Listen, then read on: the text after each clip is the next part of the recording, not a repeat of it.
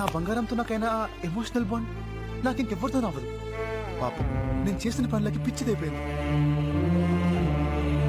ఏమైనా సరే తిడుతుందా తిట్టి, కొడుతుందా కొట్టిని, పడతాను నా మోకాల మీద పడి క్షమించమని అడుగుతాను.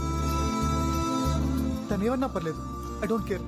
కానీ నా బంగారం నాకు కావాలి. విడిపోయారా విడిపోలేదా నన్ను అడిగితే నేను నా ఎమోషన్ బాండ్తో విడిపోలేను. తప్పుంది నా సైడ్ కూడా తప్పుంది, నేను మంచోడని చెప్పట్లేదు, అర్థం చేసుకోవచ్చుగా. ఆ వర్జన్లో నాకు చాలా కోపం వచ్చేసింది. తినగాకపోతే ఇంకోటి అది ఇది కూడా వెళ్ళి 6-7 months 5-6 months అలా అనుకున్నా. మా అమ్మలాగే వచ్చింది.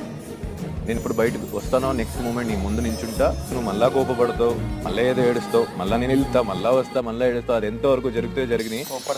పడు తిడితే తిట్టు, కొట్టించుకోవడం కూడా జరిగింది, కొట్టించుకుంటా. ఇంకా I really love you so much and I really want you back.